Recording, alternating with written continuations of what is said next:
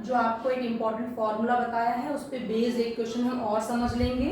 आपकी एक्सरसाइज 1.6 का question number 8 है। कह रहा है कुछ व्यक्तियों का समूह है। अगर पेपर आपको बुक दी है उसमें क्वेश्चन पढ़ेंगे आप। उसमें लिखा है कुछ व्यक्तियों का समूह है, उसमें कुछ लोग फ्रेंच बोलते हैं, कुछ लोग स्पेनिश बोलते हैं और कुछ दोनों लैंग्वेज बोलते हैं। और फिर कह रहा है कि ज्ञात करिए कितने लोग कम से कम एक भाषा के जानकार जरूर हैं।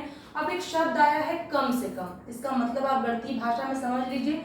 कम से कम का मतलब होता है कि जो दोनों भाषाएं भी जानेंगे या 3 भाषा या 4, जो भी ऐसा क्वेश्चन आपका दिया रहेगा वो लोग भी उसके अंतर्गत आ जाएंगे। तो कह रहा है कम से कम एक भाषा के जानकार में जो दोनों भाषाओं के जानकार होंगे वो भी उस ग्रुप में आ जाएंगे। जैसे मैं कहती हूँ आपका एडमिशन होना है, मैंने कहा अगर 2 डॉक्यूमेंट से कोई भी एक डॉक्यूमेंट आपके पास होगा तो एडमिशन हो जाएगा। जैसे मैंने कहा या तो आपके पास टीसी हो पिछली कक्षा को उत्तीर्ण करने की मार्कशीट हो, या तो 2 में से कोई भी एक चीज होगा आपका एडमिशन हो जाएगा। तो यानी कि वो बच्चा जिसके पास दोनों चीजें होंगी उसका भी तो एडमिशन हो जाएगा, क्योंकि हमने कंडीशन क्या रखी है कम से कम एक डॉक्यूमेंट उसके पास होना चाहिए। Now come to the question. Question कह रहा है नंबर ऑफ फ्रेंच कितने हैं 50। नंबर ऑफ फ्रेंच भाषा जानने वाले कितने लोग हैं 50।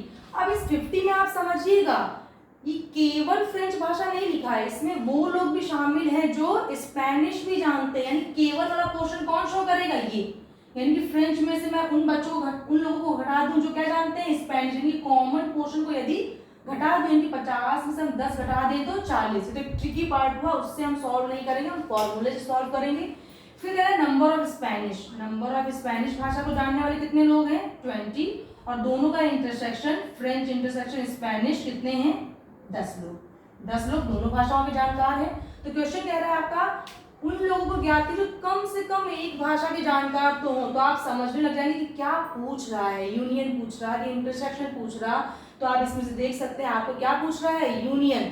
ठीक, तो यानी कि आपको निकालना है फ्रेंच यूनियन स्पेनिश। तो आप फॉर्मूला फिट करेंगे। फॉर्मूला आपको मैंने बताया है number of French plus number of Spanish minus number of French intersection Spanish. Now put the values आपको पता ही है, रख दीजिए 50 प्लस 20 माइनस 10 कितना आ गया 50 20 70, 70 में से 10 गया 60।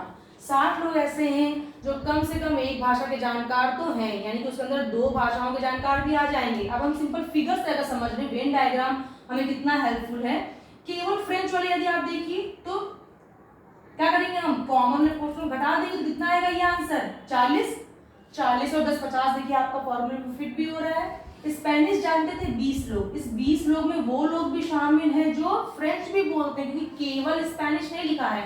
यानी कि अगर ये पोर्शन निकालना चाहे ये पोर्शन क्या शो करेगा केवल स्पेनिश बोलने वाले। तो 20 में से हम 10 को क्या कर देंगे माइनस, दैट इज 10। अब सबको अलग अलग जोड़िए। हम कह रहे हैं कम से कम एक भाषा का जानकार हो 40, कम से कम एक भाषा का जानकार हो 10, कम से कम एक भाषा मतलब उसके अंदर जो 2 भाषाएं जानता है वो भी आएगा, दैट इज 10। तो 40 10 50 10 60, तो 60 आपका आंसर है। ये आपका ट्रिकी पार्ट भी कह सकते हैं इसको, या वेन डायग्राम से समझना भी कह सकते हैं। और ये आपका 60 है। तो एक लैंग्वेज आपकी आई थी कम से कम एक भाषा का जानकार का मतलब होता है आपको क्या ज्ञात करना है यूनियन। उसके अंतर्गत एक भाषा का जानकार भी आएगा, 2 भाषाओं का भी। क्वेश्चन अगर 3-4 भाषाओं में है वो सब उसके अंतर्गत आएंगे।